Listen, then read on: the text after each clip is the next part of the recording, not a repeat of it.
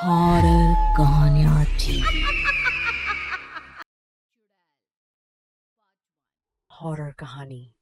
चुड़ैल ऊंची ऊंची पहाड़ियां और घने जंगल से घिरा हुआ भैरवगढ़ गांव काली पहाड़ी के ठीक नीचे था। काली पहाड़ी यानी मौत का घर। भैरवगढ़ गांव तक पहुंचाने का रास्ता बेहद दुर्गम था। लगभग 11 घंटे आंधी तूफान और तेज हवाओं की वजह से वह हौ की वीराने की कहानी लोगों के दिलों को दहला देती थी। जो भैरवगढ़ गांव तक जाने की हिम्मत करते थे, ऐसे बहुत कम लोग थे। ऐसे बहुत कम लोग थे जो भैरवगढ़ गांव तक जाने की हिम्मत करते थे। लोगों का कहना था कि इस गांव के आसपास बुरी आत्माओं का साया मंडराता है। गांव के रहने वाले लोगों ने वैसे तो अपनी आंखों से किसी बुरी आत्मा या साये को नहीं देखा था, लेकिन गांव का बच्चा बच्चा इस बात को महसूस कर सकता था कि गांव के ऊपर कोई तो खौफनाक साया मंडरा रहा है। और उसकी वजह ये थी कि उस गांव में जैसे ही कोई लड़का 18 साल का होता, उसके 18वें जन्मदिन की रात ठीक 12 बजे अकस्मात उसकी मौत हो जाती।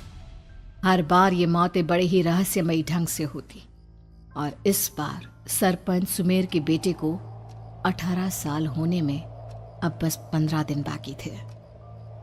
अजी सुनते हैं, हमारा बेटा भी कुछ दिन बाद 18 साल का हो जाएगा। कहीं वो डायन उसे भी खा गई तो। कैसी बातें कर रही हो? जब वो इस गांव में ही नहीं है तो कोई भी डायन या बुरा साया उसका कैसे कुछ बिगाड़ सकता है?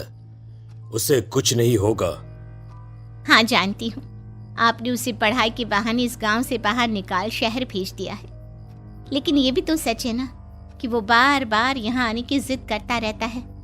वो चाहे कितनी भी जिद कर ले जानकी, पर मैं उसे इस गांव में कभी वापस नहीं आने दूंगा। मैं नहीं चाहता कि गांव के दूसरे लड़कों की तरह मेरे बेटे की भी अजीबोगरीब ढंग से मौत हो जाए। कभी कभी तो लगता है कि हम सब गांव वालों को हिम्मत करके अपने गांव को इस बुरी आत्मा से छुड़वा लेना चाहिए। लेकिन कौन जानता है आखिर वो खतरनाक साया किसका है? वो काली आत्मा कौन है जो रातों रात हमारे गांव के लड़कों को निगल जाती है? सुमेर और जानकी जब ये सारी बातें कर रहे थे तब रात के लगभग 10 बज चुके थे, और हर रात की तरह भैरवगढ़ गांव एक भयानक काले तूफान की आगोश में था। बाहर चल रही तेज हवाएं और बारिश के बीच कभी कभी ऐसा लगता जैसे कोई बुरी तरह से चीख रहा है। किसी के तड़पने और चीखने की आवाजें गांव के कानों में बार बार टकराती, पर वहां रहने वाले किसी भी औरत या आदमी के अंदर इतना साहस नहीं था कि वो अपने घर से बाहर कदम रख के उन आवाजों तक पहुंच सके। सो जाओ जानकी, और घर के खिड़की दरवाजे कसकर बंद कर दो।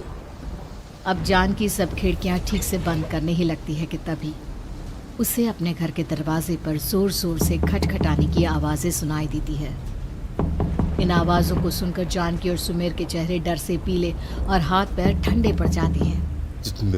जानकी, जानकी, इतनी रात कौन होगा? पता नहीं, ऐसा लग रहा है कोई बुरी तरह से दरवाजा खटखटा रहा है। अरे हाँ, पर किसी की आवाज भी तो नहीं आ रही। क्या करूं? दरवाजा खोल लूं या नहीं? कहीं ऐसा ना हो कि किसी को हमारी मदद की जरूरत हो। लड़खड़ाते कदमों से सुमेर दरवाजे के करीब जाता है और अपने कान को दरवाजे पर रख धीरे से आवाज देते हुए पूछता है, कौन कौन है? कौन है वहां? तभी एक बेहद डराने वाली आवाज उसके कानों से टकराती है। दरवाजा खोलो, दरवाजा खोलो, वरना आज की रात इस गांव में कोई जिंदा नहीं बचेगा।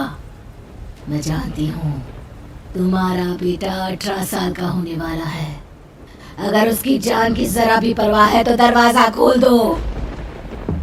इस आवाज को सुनते ही सुमेर घबरा कर पीछे हट जाता है और जानकी को पूरी बात बताता है। कहीं वो डायन हमारे घर तक तो नहीं पहुंच गई? अब हम क्या करेंगे? मुझे दरवाजा खोलना ही होगा जानकी। मेरे पास अब कोई रास्ता नहीं है। इतना कहकर सुमेर डर से अपनी दोनों आंखें कसकर बंद करता है और कांपते हाथों के साथ झटके से दरवाजा खोल देता है। तभी किसी के जोर से हंसने की आवाज सुमेर और जानकी को सुनाई देती है। उस आवाज को सुन दोनों दरवाजे की तरफ देखते हैं और सामने अपने बेटे राहुल को खड़ा देख दंग रह जाते हैं। राहुल के हाथ में उसका मोबाइल होता है जिसमें से वो आवाज बज रही थी। ये क्या मजाक है? और तू यहाँ, तुझे मना किया था ना गांव में आने को, समझ में नहीं आता क्या? 18 साल का होने वाला है तू। माँ, आप लोग भी पता नहीं किन अंधविश्वास भरी बातों पर भरोसा करते हैं। क्या क्या मैं अपने घर नहीं आ सकता? आप लोगों से नहीं मिल सकता?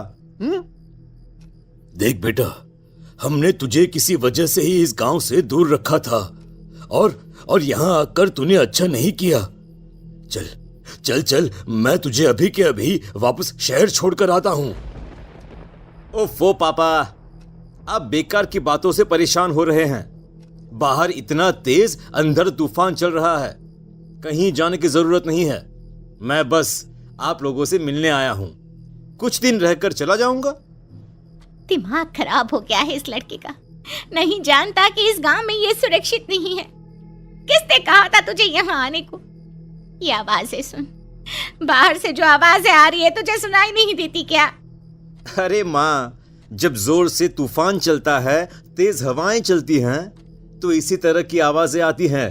ये बहुत नॉर्मल है माँ। नॉर्मल होगी तेरे लिए बेटा। 4 दिन शहर में पढ़कर आया है तो अपने माँ बाप की बात नहीं मान सकता। माँ, मुझे अभी बहुत जोरों से भूख लगी है, पहले कुछ खिला दो, और रात भी बहुत हो गई है। हम इस बारे में कल बात करते हैं, ठीक है? राहुल के वापस आ जाने से जानकी और सुमेर की आंखों की नींद उड़ गई थी। खाना खाने के बाद राहुल तो अपने बिस्तर पर जाकर सो गया, लेकिन जानकी और सुमेर पूरी रात उसके कमरे के बाहर पहरेदारी करते रहे। उन्हें पल पल इसी बात का डर था कि कहीं उनके बेटे को कुछ हो ना जाए। रात बीतती है, सुबह का सूरज निकलता है। अब जैसे ही वो राहुल को नींद से जागते देखते हैं तो उन दोनों के दिल को सुकून मिलता है। अरे माँ, पापा, आप अभी तक यहीं बैठे हैं? क्या पूरी रात सोए नहीं? जिनकी जवान बेटी की जान को खतरा हो, उन माँ बाप को नींद नहीं आती बेटा। बेटा, अब तो वापस शहर चला जा। देखो माँ, मैं किसी जरूरी काम से इस गांव में आया हूं, और वो काम पूरा होने के बाद मैं खुद यहां से चला जाऊंगा। काम? गांव में तेरा क्या काम है? पापा, मैं बचपन से ही इस गांव के बारे में बेहद डरावने किस्से सुनते आया हूं, इसीलिए अब मैं उन्हीं किस्सों के ऊपर डॉक्यूमेंट्री फिल्म बनाऊंगा। रिसर्च करना चाहता हूं कि आखिर सच्चाई है क्या। हे भगवान, लो जी, सुन लिया, और भेजो इसे पढ़ने के लिए शहर। मैंने आपसे पहले ही कहा था, मेरी बहन के पास दूसरे गांव भेज दो। ना ये शहर जाता और ना उल जुलूल की बात इसके दिमाग में आती। जानकी और सुमेर राहुल को समझाने की बहुत कोशिश करते हैं, पर वो किसी की बात नहीं सुनता और अपना कैमरा लेकर गांव की पास वाली काली पहाड़ी की तरफ निकल जाता है। अब राहुल जैसे ही काली पहाड़ी पर पहुंचता है, उसकी नजर पहाड़ी के ठीक बीचों बीच बनी एक पुरानी झोपड़ी पर पड़ती है। यहां भी कोई रहता है क्या? ये इंटरेस्टिंग होगा। राहुल की आवाज पहाड़ों से टकराकर उसके कानों में सुनाई दे रही थी। उसने चारों तरफ का नजारा देखकर वहां की तस्वीरें अपने कैमरे में उतारना शुरू कर दिया। तभी अचानक राहुल ने अपने कैमरे में खींची हुई तस्वीर को जूम करके देखा और उसमें उसे जो नजर आया वो देखकर राहुल की होश उड़ गए। क्या सचमुच उस गांव के ऊपर किसी बुरी आत्मा का साया था? क्या राहुल की जान बच पाएगी? क्या देखा था राहुल ने उस फोटो में जिसे देखकर वो दंग रह गया? इन सवालों के जवाब जानने के लिए देखिए इस कहानी का अगला भाग।